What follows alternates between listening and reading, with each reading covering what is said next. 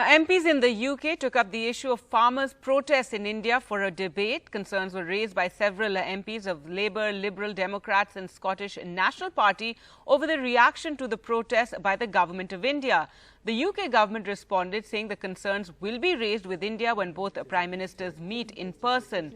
Now, the Indian High Commission in the UK reacted to this debate, saying taken note of a distinctly one-sided discussion among a group of honourable UK parliamentarians in the Westminster Committee room in response to an e-petition campaign on an India-related issue. In High Commission of India has been, over a period of time, taking care to inform all concerned about the issues raised in the petition. We deeply regret that rather than a balanced debate, false assertions without substantiation of facts were made, casting aspersions on the largest functioning democracy in the world and its institutions. All issues raised are remit of well-established independent democratic institutions in India for addressing the same. It is also a matter of concern that once again comments were made to mislead the British Indian community, raising doubts about treatment of minorities in India, alleged human rights violations in Kashmir, etc. Foreign media, including the British media, are present in India and have witnessed the events under discussion firsthand. The question of lack of freedom of the media in India does not arise.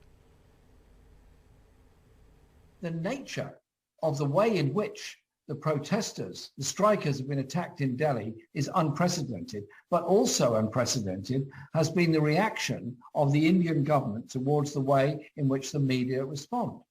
Internet access has been closed down. Media access has been prevented. Mobile phone access has been limited. They have been prevented from getting their message out to the wider world. Complaints about police officers here in the UK are frequently made after mass protests. But that isn't evidence that democratic values are under threat in this country, and nor is it in India. India is a country where respect for the rule of law and human rights is constitutionally protected and embedded in society. The authorities' approach to these protests should not shake our faith in that central truth. So rather than denigrating India with unjustified criticism, we should be celebrating it as the democratic success story that it is. At a time when India-UK bilateral ties have never looked better than now, and at a time when Prime Minister Boris Johnson is likely to soon make a trip to India, the British Parliament for 90 minutes debated the safety of farmers in India whilst protesting.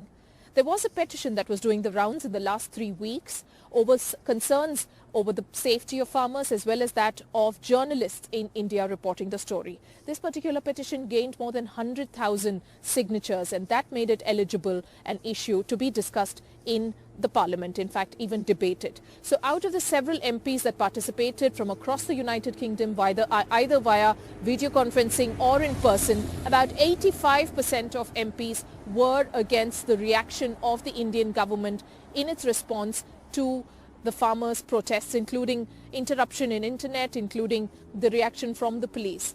However, there were also those MPs who supported the Indian government's response in trying to say that the fact that there were so many farmers coming out and protesting in India was a reflection of the kind of democracy that India enjoys. However, as formality required, a minister from the UK government shared a response and shared a call for action that the UK would give to India as a matter of formality. The UK maintains that India is a friend, that India is as good as a neighbour, and that the bilateral ties have never been as exciting as currently. The UK also says that however the friendship and however strong the friendship, it doesn't hinder the United Kingdom from raising concerns if there were any.